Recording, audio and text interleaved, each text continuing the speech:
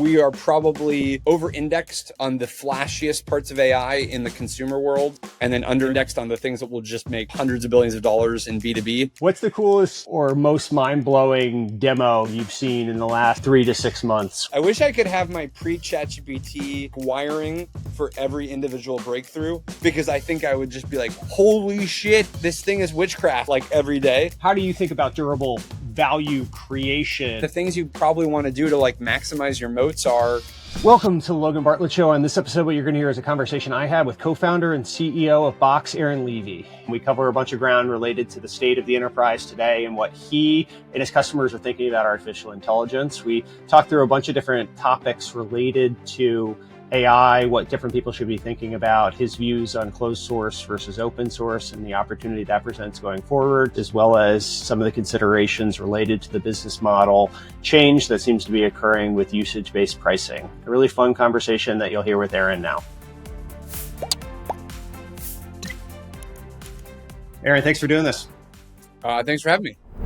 What in your mind is a model company in today's parlance as we sit here, March of 2025? Wow. Okay. That's just jumping right in. What is a model company? Well, I mean, I don't think you actually even have many model only companies. And so maybe the only distinction is you have companies that have models and then other things. So if I'm being like extremely technical, technical about the definition, there's probably not that many like model companies. I think you have AI product companies that have research divisions that build models, and then they have APIs into those models. So like, I mean, probably to this point, like it's like Mistral is probably the only like true model company, where most OpenAI I would not call a model company. I wouldn't call Anthropic a model company. I'd say those are AI foundation frontier lab companies that have products and models and services and just like all the things. Do you think that serving enterprises with some type of model offering, but ultimately selling whatever the core things that enterprises mostly buy, do you think a company can build long-term value around that? Or do you think that will ultimately, whatever that is, resides within an AWS or a Microsoft Azure or a GCP or something like that?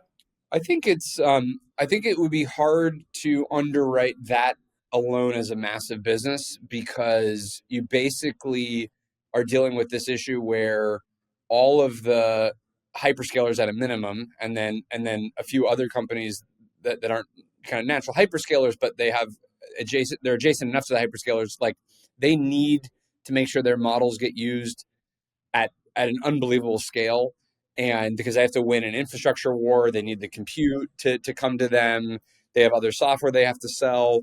So it is so existential to them to have their models get used at massive scale that they will constantly drive down the price of AI and the quality up in AI, that you would just get squeezed, into such a difficult position that I'm not sure what your value proposition would be. Like we ran these tests on Gemma from 2 weeks ago, and the new open source model from Google, and yeah, not to be confused with the Severance character Gemma. Yes, yes, exactly.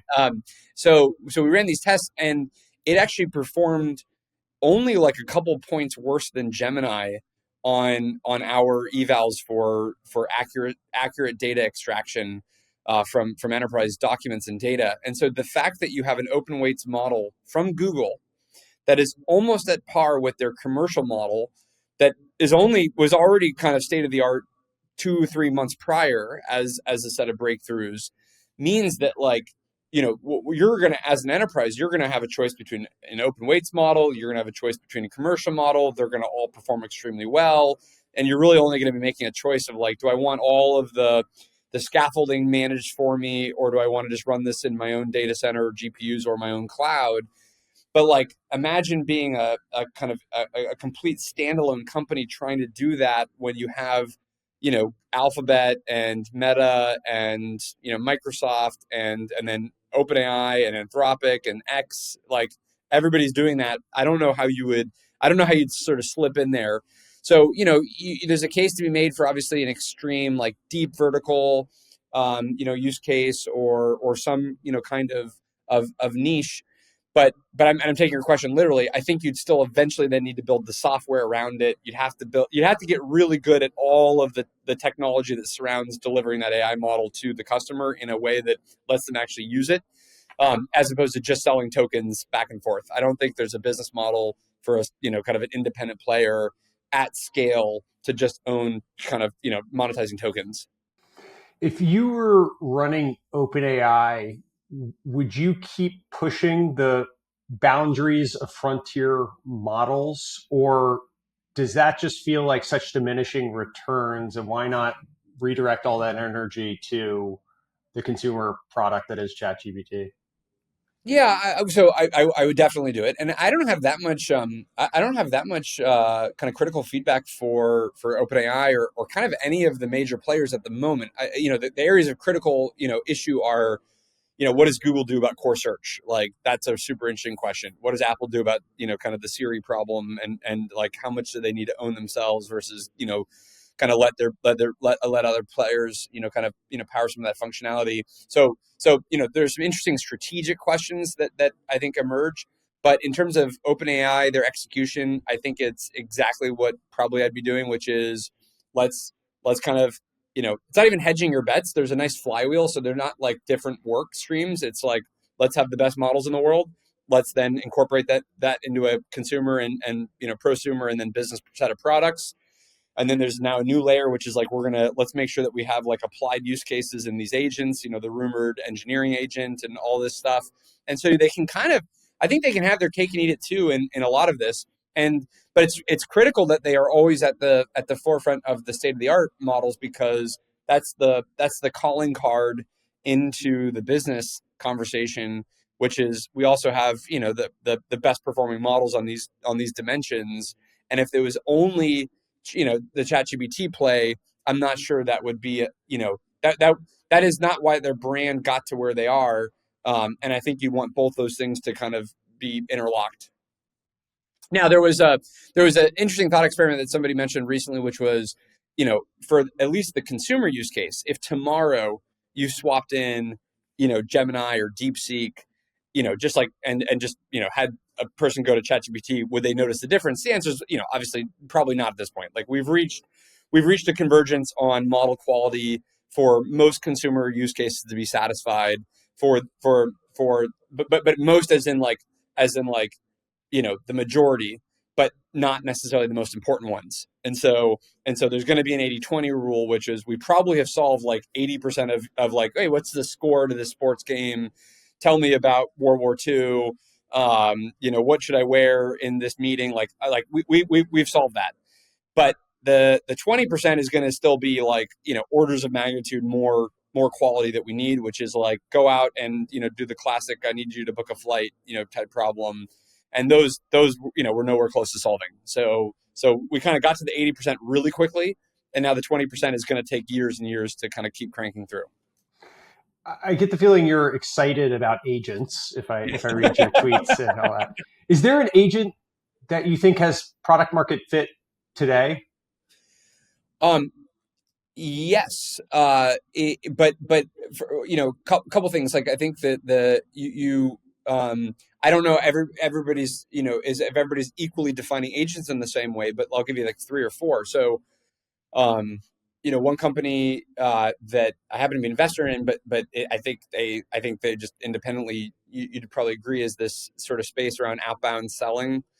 So one company is 11x. I think there's others that are good, and I think they've tapped into, maybe the product market fit right now is like lead gen. And then it kind of expands from there. But for all intents and purposes, people are using this to augment, their sales capacity, generate more demand. That seems to be working. I think like writ large coding agents, seem to be working. Again, maybe we could define different levels of agenticness. But what you're seeing in Cursor, Windsurf, Replit, lovable bolt, et cetera. Like obviously, probably different use cases. Like probably 80% of the vibe coding is more fun and it's interesting to watch and not going into production. But I could see a lot of product market fit for, hey, I have this internal IT tool. It's not the most strategic thing we have to do. I can have an agent kind of write it or modify it, and then boom, like I've just like solved that problem that used to maybe go to low code tools, or you would have to like you'd either never solve or you might hire a contract firm and it would take 6 months to go build. So I'd say that's product market fit. On our end, we have one of our first kind of agentic use cases in just the fact that it's not kind of a single one shot in the model, is just we extract data from documents. So then you can say, hey, here's a contract, here's an invoice. I want to read the document, put that into a database, and then automate a workflow around it. That's clearly got, at least in our world, product market fit. Like mostly our problem is we can't keep up with all the range of use cases customers want. And so like there's like more demand than the ability to kind of satisfy everything that the customers are asking for. But those are a few. On the consumer side, I'd say probably not a lot of PMF on agents.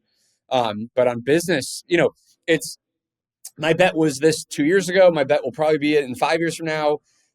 We are probably, we're probably over indexed on the flashiest parts of AI in the consumer world, and then under indexed on the things that will just make hundreds of billions of dollars in B2B. And like I'm sure like Nikita is like Yeah. like Oh not no, worried. I mean it's good. You're talking my book here. Yeah. Saying yeah. So I guess one question: the business model of cloud yeah, SaaS, if you will, I think has been historically probably underappreciated versus obviously the delivery mechanism and all that. I think people have a lot of appreciation for, but just purely how the pricing was able to disrupt a lot of things, be it Salesforce or whoever. I'm curious, do you think that usage pricing is an opportunity with AI to have that similar effect, or is it something different in your mind? for like the broad transformation or disruption, or which on which axis? Yeah, I guess. I guess as you think about like who your historical competitors were, I think historically people underestimated the on-prem to SaaS transition, and the number of customers you could reach was Yes. probably one of the big things. Yes. But there was a lot of innovation that ended up happening around seat-based pricing and elements of fair use pricing. Like Slack was early in that, and I think all of Yeah. that stuff. There was a bunch of different elements of the SaaS Yeah. transition that ended up being user based in some way that Yeah. I think was an accelerant of this transformation Yeah. and transition that ended up playing out. I guess, do you think usage has a similar Yeah. opportunity for existing businesses, or is it a little orthogonal and ultimately it might not be as broadly applicable No, I think as it's very relevant. And then so my characterization of SaaS and cloud from a business model disruption was it took something that you used to spend upfront, like maybe millions of dollars on, to now you spent thousands of dollars on, the and capex to opex transition? CapEx to OpEx, sort of like perpetual license to by the drip. Anything that was just like, okay, I have to wrap my head around this major outlay of capital, system integrator fees, infrastructure I have to build out, team. Like, if you if I, this is more anecdotal, but if you were like to deploy a CRM system in the 90s, just think about what had to go into that, like data centers, system integration, like you bought software for the CRM system, but you still had to buy hardware. You had to buy all the servers. You had to have a network. So like, think about how many steps from the moment you said I want a CRM system to the day that you're actually going to like log into it with your data. I don't know, a year and a half, millions of dollars. Salesforce shows up and they're like, literally, like tomorrow, you can just have a CRM system. And oh, by the way, you could use it for 20 people in your company. And you don't need some kind of like critical mass to make the economics work. Like, just like start using it. And so you multiply that over 2 decades or 2.5 decades, and it's like every SMB on the planet can do it, every small team can do it, and the TAMs of these markets just basically grow because now everybody can afford a CRM system that couldn't. So it was because it was seat based, it was because it was subscription, it was also just because literally like your day one upfront bill was just 100th of what it would have been, because you don't have all the other things wrapped around it. Cloud did the same thing, obviously more on an elastic basis with compute. So I think what agents do is that I think there's going to be two big kind of areas of upside. One is you're doing that now for effectively a form of labor, and so that kind of has this interesting impact of it expands the TAM of software from only being able to sell the software to people on the other end. So you were kind of capped by the number of seats to now you have kind of like I can think of categories where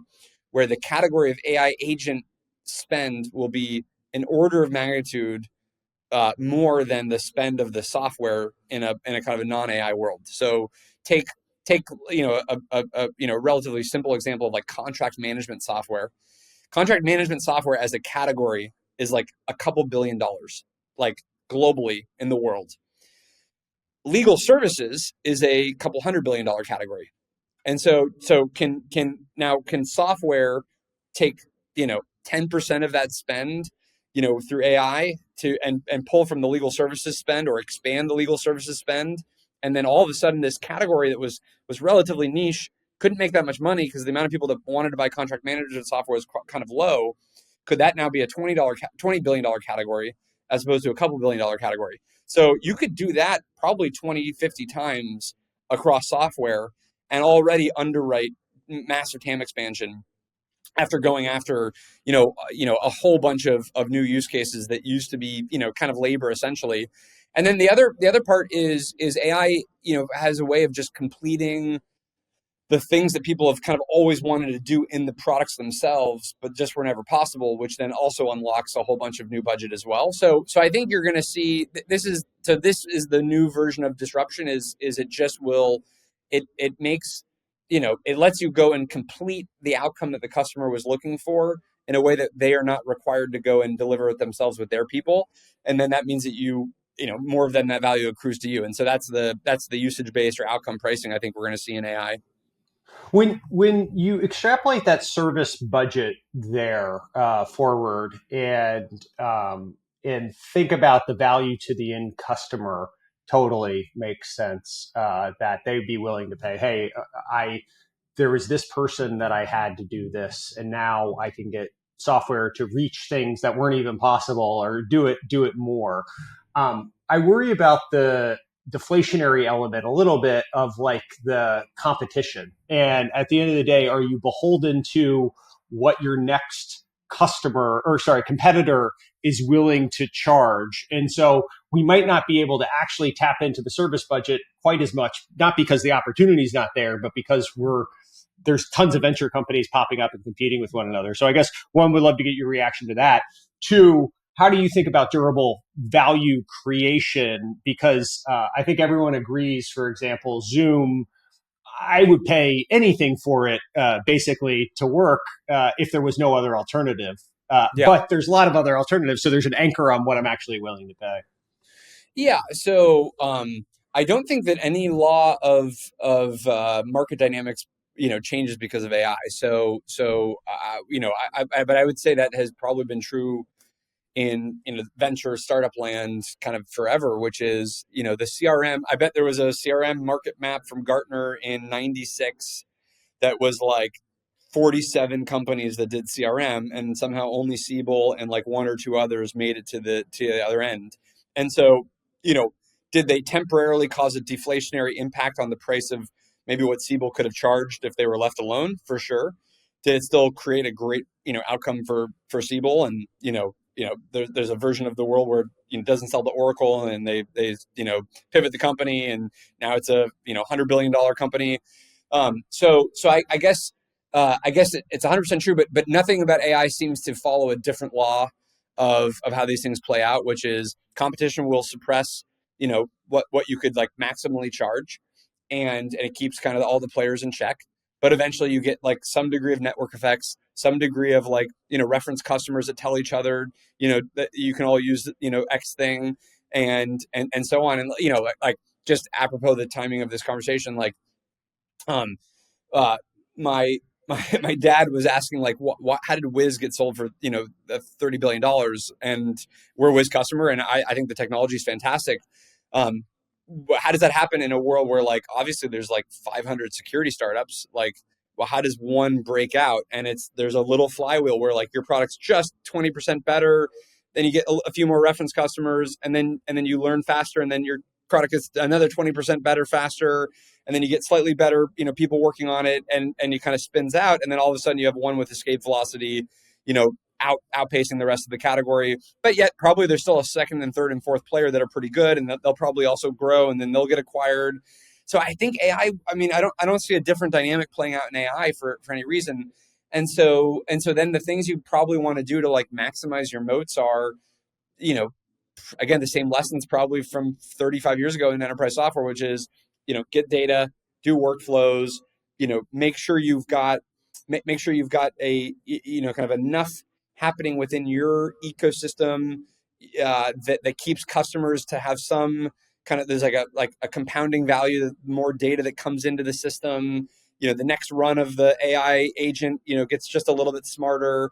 There's going to be a lot of network effects on the embeddings, of your data. So you could, as a single programmer, you could probably switch between Cursor, Windsurf, and Replit, and a few others.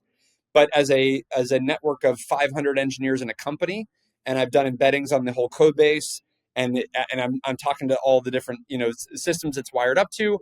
Wow, change management on that becomes a lot harder. So I think we're going to see a lot of very similar, maybe this would be bad news for everybody in AI, but it's going to look a lot like SaaS, and the lessons are going to look like a lot like SaaS. And so you want data, you want workflows, you want strong customer references, and you want to build a network effect around your customers. And I think it's going to play out like that. And then maybe the one thing that we just have to be prepared for is there might be some pricing dynamics right now in play in AI that won't necessarily last forever, which is like, right now you can kind of comp it to labor in some areas, and that probably feels like a little bit of a temporary advantage that you might have, when ultimately it'll probably be more comp to like typical software margin structures, and that'll just be a journey that the industry goes through, as we kind of land to the terminal business model.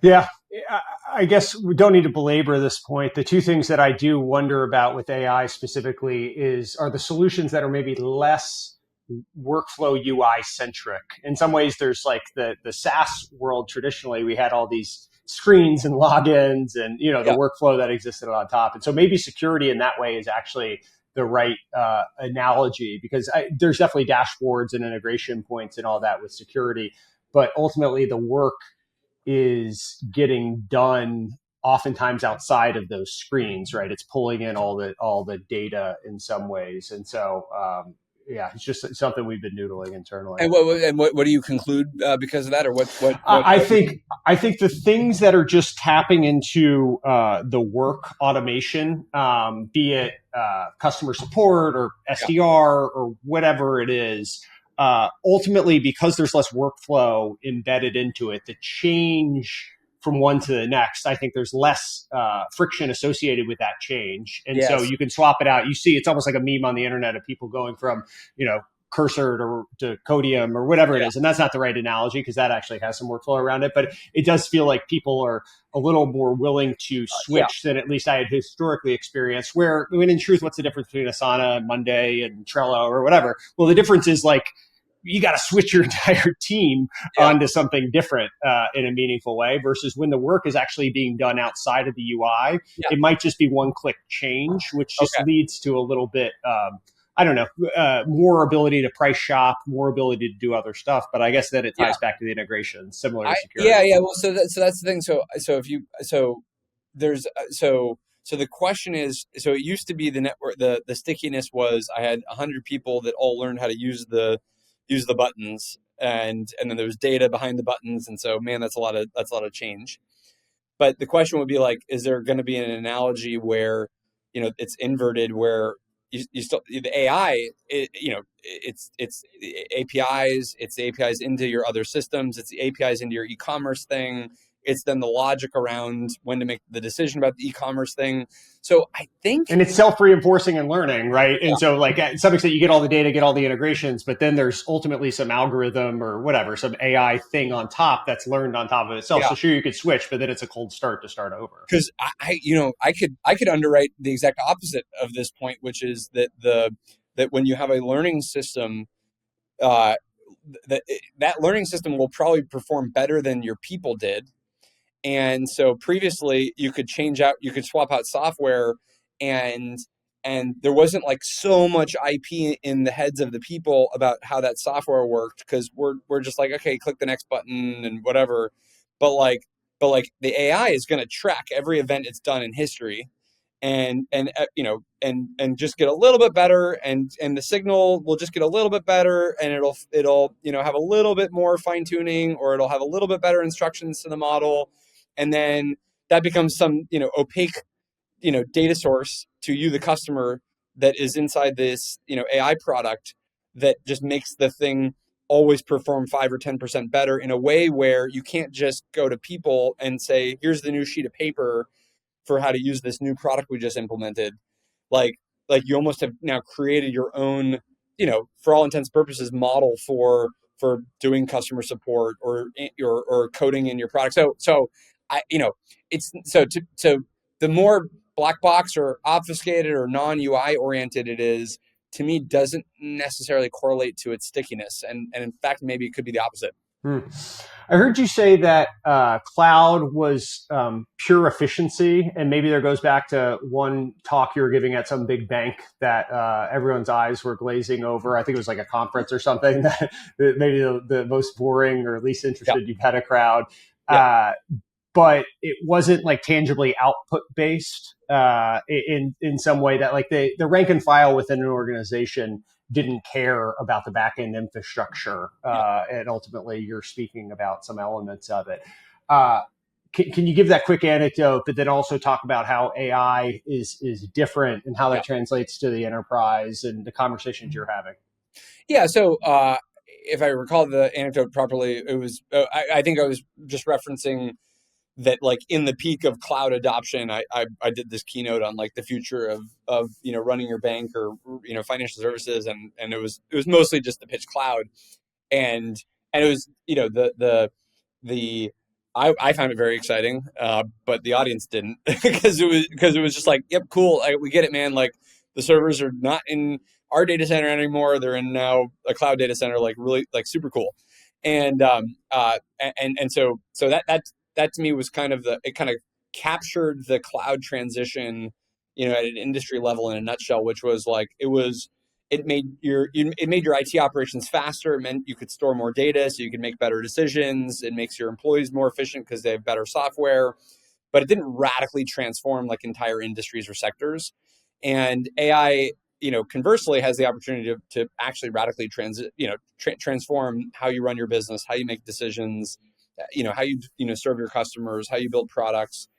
And I think it's always useful to learn, figure out like what things will be similar to a prior technology transition, which things will be different.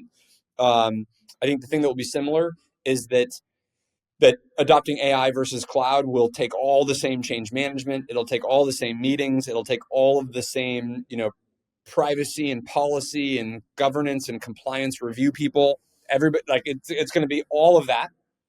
But I do notice and see one big distinction in the two waves, having kind of been at the similar timeframes for both.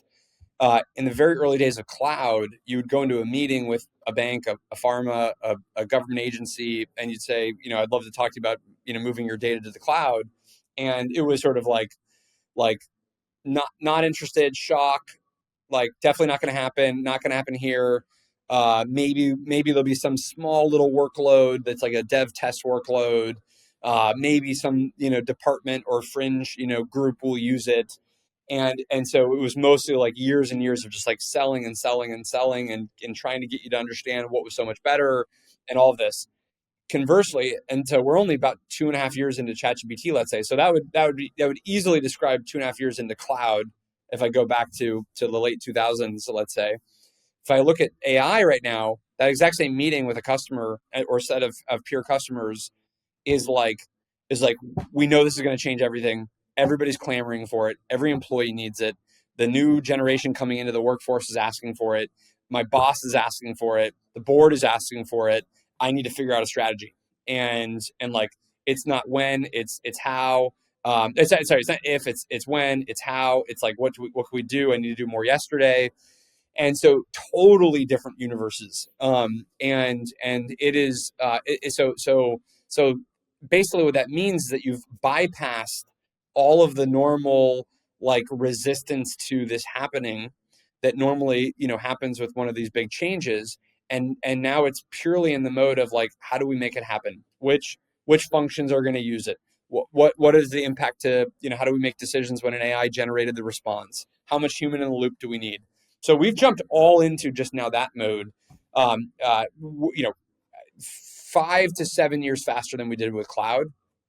Now, that doesn't mean that the adoption will follow a different trajectory because, again, it's really people, it's change management, it's systems, but the reluctance and emotional kind of consternation is very different this time. And so, what is the resistance when you're going into the organization, or how would you describe beyond the enthusiasm and trying to figure out the how and the when? Like, what are the long poles in the tent? How Yeah, much are on these organizations versus how much are on the commercial vendors? yeah. I would say actually maybe also this might abuse the analogy too much, but if I compare to cloud could do more than what customers were asking for because they were resisting it. So you could have always implemented cloud 50% more than you actually were at the time, or hundreds of percent more. Maybe actually the reverse is true, which is I'd say most conversations now the customer is actually like they're jumping like 3 steps ahead once they see the demo, and they're like, oh, that's great, like we'll just like totally automate that entire thing. And you're like, okay, well, let's your data is not yet in the environment that it's going to need to be to do that use case. Or we're still waiting on some reasoning model breakthroughs from OpenAI or Claude or something to like just get that extra 3% of accuracy that you're going to need. So in this case, I think customers have pretty much jumped ahead to way closer to the end state, which is like, yeah, great. Like, let's give all the employees a productivity boost. Let's figure out where we can deploy agents to the organization. Now, I want to do a massive asterisk. I'm talking to the people that are talking to us, which means that, like, by definition, they're leaning in. They're a little bit more forward thinking. So some of the anecdotes I'm sharing are from those types of customers. I think there's still an 80% of customers that are like, whoa, like my head's exploding. Where should I start? Where should I go first? But there are a lot of customers where they're now ahead of the technology based on the set of use cases that they have. And so I wouldn't say it's like the hurdles, unfortunately, are much more like practical considerations. Like literally, like I can't just turn on an AI thing that looks at all my data and then an employee can ask a question, because guess what? It's all of a sudden going to reveal secrets in the organization that they shouldn't have had access to, but they were over provisioned for access like 5 years ago. Or hey, AI agents are really good at doing code, auto completion, but like, am I ready to put an AI agent in production for like generating a full, multi-file, output? And then how do I review that when the human actually wasn't along the ride for the actual editing process? Are they going to really understand the code? Are they allowed to press submit and that goes in production? Like that's going to be that like these are like the big questions that people are dealing with. I mean, imagine how unhinged we are online, where we're like, oh man, we just made a video game in 3 hours, and it's like, and it does all this stuff, and then you're like, you're an engineer in like a banking system. Like, are you supposed to go implement that right now? Like, like is that like, are we ready for like your bank account to be driven by vibe coding? Like, we don't know. So so these are the kind of things that I think every enterprise is trying to figure out. Like, okay, so what pace should I implement this stuff? Is my data ready? Are my systems ready? A lot of it is about, wow, the industry is moving so fast how do I make, ironically, the industry is moving so fast. How do I make decisions right now that I'm going to be stuck with in a fast changing space? So a lot of it is actually like, can you get your architecture set up for like optionality in the future? Because maybe the vendor you work with today is not going to be the one that's the best in the future. You need to be able to swap out different parts. These are the kind of conversations that we have. To that end, you cautioned, I forget if it was a blog post or a tweet or something, but that being early to AI in some ways can be a liability if you don't set up the architecture with the right Yeah. abstractions in some ways. I guess as you think about the applicability of this for Box as an organization, and therefore the advice you might have for others, how how do you think about being flexible with this pace of change? And is it more about being model agnostic or modular in elements of the design? What would you share on that? Yeah, all the above. So there's how we build and then how we even implement AI internally. How we build is basically we try and figure out the parts of the stack that there's probably a few different categories, and I'm making up some of the maybe the nomenclature on the fly, but like there'll be parts of the stack that just like will never change. A model breakthrough will happen, and it doesn't matter. Like we're not going to change that particular interface, with our system. So that you can just like lock and load and start executing. There's other parts where you're like, um, we think there's a best in class technology now. Maybe we're kind of like we're shaky on it. We probably prefer there to be an open source version. So that's like a spot where you probably need to be really thoughtful about how much do you lean into a particular part of the architecture. I'm thinking like your vector search, your RAG, kind of execution. These are spaces where there's a bunch of first movers. People started adopting them. It's not exactly clear where it all ends up in 5 years from now, so you kind of want to be thoughtful about that. And then there's the final part on your modular point, which is like this space is changing every 3 minutes. You need to decide, do you want like maximum flexibility? So these are the model providers. Do you want to be able to have a way of swapping in different parts? There's multiple parts of Box where we'll use multiple model providers for the same workflow. And so you just need to then have like a high degree of optionality, a high degree of flexibility in that part of the stack. And so and then you have different like abstraction layers between those different interfaces. But I think basically anybody in AI at this point has been building with that pattern. You go to Perplexity, you change your model. You go to Cursor, you change your model. I think I think we're all realizing like, okay, you probably want to let the user change their model, or at least you as the developer have some degree of optionality there, because we know how fast that space moves. And then you have to decide like which other parts of the stack do you just kind of lock in on and don't worry about again. Klarna, Sebastian, who we've had on before, and a good guy, a great CEO, has been.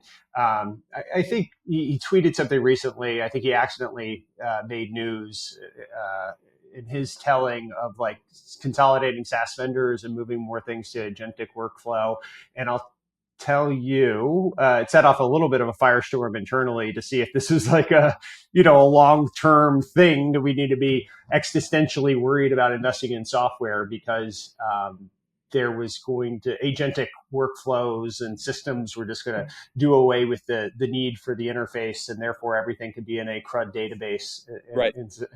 in some ways. I'm curious your perspective on that as we zoom out, and maybe is what they're doing, you think, broadly applicable to other organizations, or is this a one of one, maybe exceptional case that they're testing something and on the early frontier? Yeah, I mean, I found it very fascinating, and I enjoyed that it was happening, and I mean I enjoy that it's still theoretically happening. I think some of his updates were that like they didn't actually do as much on the customer support side, or they have some more kind of premium agent, human agents that they now have. Um, but so I thought it was great from a provocativeness standpoint. I think we do need people testing the boundaries. Um, I think it's the kind of thing which is it didn't cause me to rethink all of SaaS, because the I don't remember the first time I heard this, but maybe it was like 15 years ago or something. I was meeting with an IT leader at Tesla, and they were like building. I'm going to make up 80% of the story, but they were building their own ERP system, and I was like, holy crap! I cannot believe that you're doing this, and like like maybe this is the future.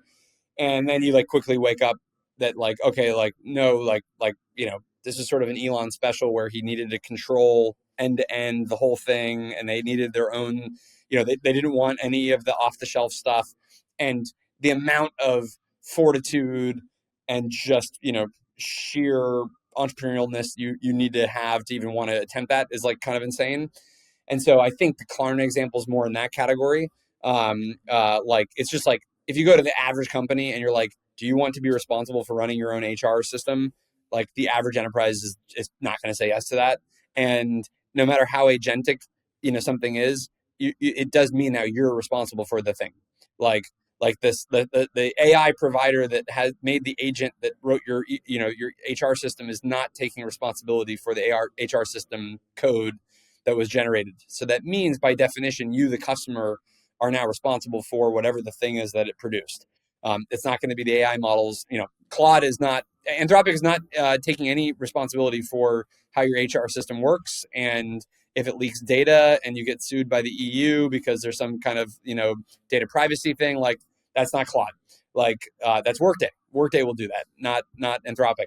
So I think you'd have to be like, which parts of software are people so unhappy about that they would do themselves, or which parts of software are just like are so needed to be customized, or which parts of software are so unstrategic that you don't mind whipping up these like micro apps for like one-off things. And so you don't you're fine that it is built by this an agent that you can just deploy quickly and turn it off, and it's kind of it's a 3 month, it needs to live in the world for only 3 months. Those, for the foreseeable future, next 2 years, let's say, that would be the only thing I think could be disrupted. But I don't think your HR system is going away. I don't think your CRM system is going away. I don't think that really changes. To your point about deflationary impact, I do think that there's a chance that you could see, you could see a new crop of like, I'm going to just like YOLO it and build like the AI, like I'm going to build Oracle with AI agents and just like give it a shot. But that would still be a software company that emerges from that, and you're really using AI purely to just add engineering augmentation. I don't think the customer wants to be responsible for that software at the end of the day. That was my conclusion as well, Yeah. which I think is good for people investing in software companies. Yeah. Now, big asterisk, like in 10 years, do I want to, be on the record as saying this? I mean, like, let's see. But just, I just don't think companies want to be responsible for every problem in the world. Like you want, like, Jeffrey Moore came up with this idea. I think it was Jeffrey Moore that came up with it, but maybe he credited somebody else, of core versus context. And like context is just like shit that like you just want done for you. You don't want to worry about it. Core obviously being like, this is like existential to my business. And for most people, like their core business is not their HR system. And so thus you hire other people to do your HR system. And so that's why you don't really want, you don't want your internal IT team being responsible for rebuilding something that you can get off the shelf and just it's done for you. That's the way I feel whenever technical founders want to reinvent sales comp. And it's just like, you're not, it's hard enough to differentiate on one vector. Yeah. This isn't going to It's be like the not make the or thing. break. Yeah. Yeah. We can go through all the books and talk about it. All right. I'm going to give you some quick ones and you give me your gut reaction on some Okay. of these things. Ready? Do you think the net of AI in some reasonable period of time, maybe 5 to 10 years, decreases the number of hours worked by your average knowledge worker? Well, how many years? 5 to 10. God, I'm gonna stick with no for now. Yeah, I think I agree. Do you think AI will flatten org structures in any meaningful way? Example: if you're a middle manager, faster approval, more self-service, knowledge Yeah. work. This one I could buy. I could buy. I think actually layers have gotten pretty crazy over the past couple decades. So I think yes. I think yes, and part of it is because I think that AI kind of lets you it lets functions. My latest kind of conclusion is that it kind of lets functions sometimes do their adjacent function. And so it lets the designer write the AI, the front end code. It lets the back end developer write the front end, code. It lets the copywriter, generate the full white paper. So I think what that means is that you will have sort of more full stack workers almost. Like we don't really think about this outside of engineering, but I think we've gotten like maybe overly disciplined in job functions in some parts of the economy, and I think AI kind of lets you have a little bit more expansive responsibility. So then that probably means that that's a little bit of a flattening when you don't have to hop through and around as many orgs to get things done. So, but we'll see. Did you ever read the David Epstein book Range? Why Generalists Triumph?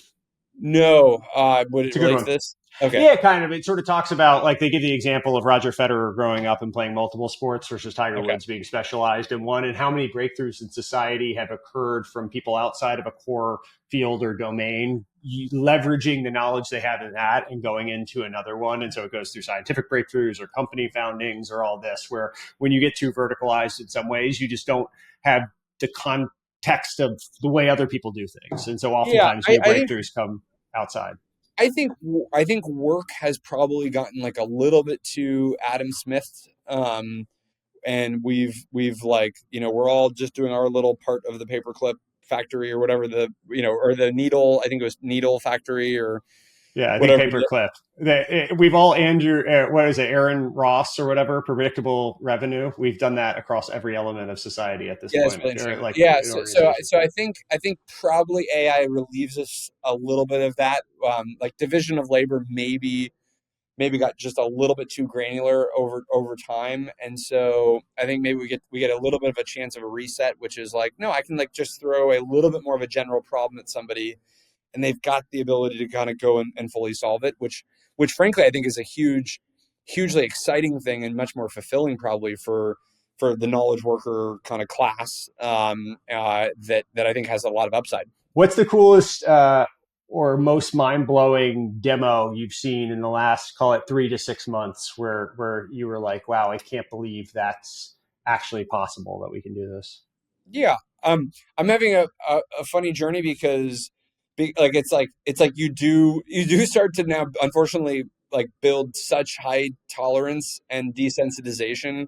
It's like the hedonic treadmill in some ways, right? You're just like, I always reference now with AI the Louis C.K. bit about like Yes. airplane and Wi-Fi, and you're just like, you're flying through the sky, like, and you have access to the internet, and that's the way I feel about a lot of the AI things, where Yeah. deep research like hallucinates a little bit, and I'm like, well, this is bullshit. Like, Yeah.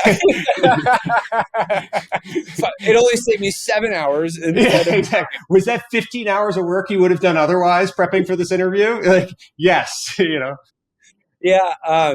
So it's tough because I do wish I could have my pre ChatGPT like wiring for every individual breakthrough, because I think I would just be like, holy shit, this thing is witchcraft like every day. Like I remember like yelling at a friend who was like deep in LLMs, like a week into ChatGPT, and I was like, I'm sorry, I literally don't understand. How did it write the business strategy on a thing it's never scanned from the internet? And like I was just like obviously an idiot at that point on all this stuff, and like, but I want that like energy again, where I'm just like surprised by everything. So I like, I think from a pure utilitarian standpoint, I still love the my it's the exact example you just did, which is I try and force myself as many times as possible to be like, okay, deep research exists. Deep research exists. Like don't do the thing where you open 7 tabs and you go through all this stuff. It's just like, just send the query, go back to it. I had a thing 48 hours ago. It saved me an hour and a half.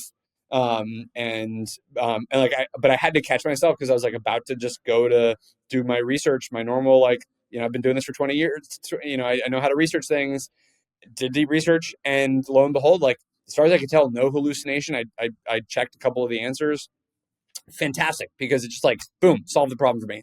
Like, so I'm now doing that probably 5 to 10 times a week on something.